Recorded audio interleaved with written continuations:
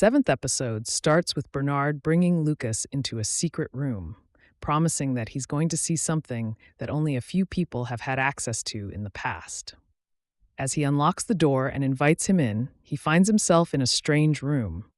Lukas is verified as the Shadow, and he's told to familiarize himself with the legacy. Following Bernard, he's shown a room full of relics from the old world.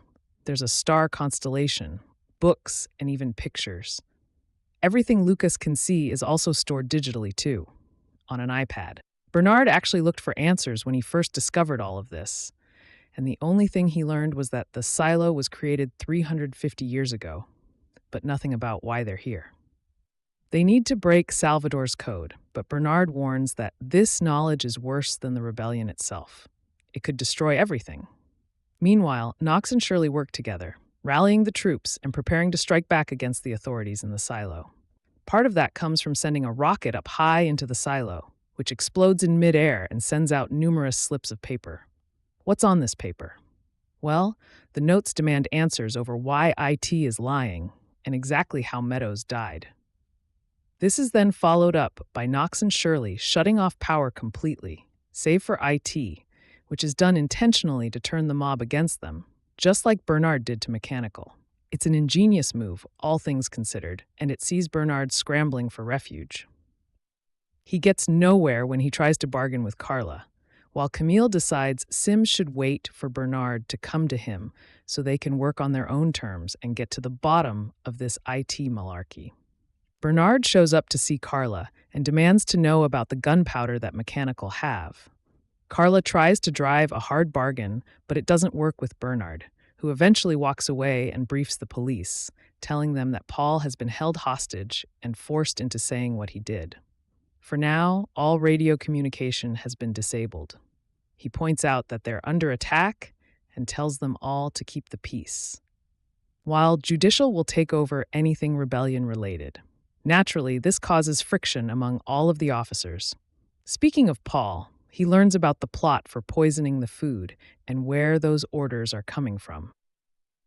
Apparently, there's been another note come through with the new plan being to kill both Knox and Shirley. Paul decides to bring them into custody for their own safety. Elsewhere, Bernard marches in to see Sims and demands his search warrant. However, Sims has the high ground here and he refuses. He's given years of his life to the silo and is shocked when he finds out Lukas is his new shadow. In fact, Bernard continues and brings up that Camille is the reason the rebels escaped before eventually turning and leaving. Down in Mechanical, Shirley desperately tries to get a message sent over to Judicial Seclusion, where Carla is. She's adamant she needs to do more for her, but the others believe this is a lost cause. Very few, if any, of the souls that end up in seclusion have made it back. In the cafeteria, the group find out that one of their own, May, was forced into poisoning the food. She was blackmailed, with her mom's health hanging in the balance. Knox warns that she's going to be given some tough jobs going forward, and probably a bit of grief from the others, but she's not being sent to the mines. Lukas returns to Bernard, having seemingly cracked the cipher. Turns out they're numbers, not letters, and one in particular, 77. In order to validate all of this and find out what it means, they need a book that's over 140 years ago. And Bernard has just what they need in a book called The Wizard of Oz. Sims speaks to Camille about her letting Knox and Shirley escaping, and he's not happy. He sees this as a betrayal, but Camille believes they need to play both sides. Sims, though, demands that they no longer keep secrets from one another. Meanwhile, Juliette preps herself for the dive. She gets some waterproof wire, but she needs to be careful. Solo explains that Juliette needs to be brought back up slowly given the pressure, but she doesn't believe him. That is, until Solo pleads with his life, pointing out that he needs help to prevent him from messing everything up. His piteous display is enough for Juliette to agree, but she's not happy about it. She descends down into the deep and works with Solo to try and get the generator working. Unfortunately, everything goes awry when the tubing fails, and Juliette finds herself scrambling for air. She rushes up and just about makes it, although it's definitely touch and go for a while. However, there are more alarming matters at hand here.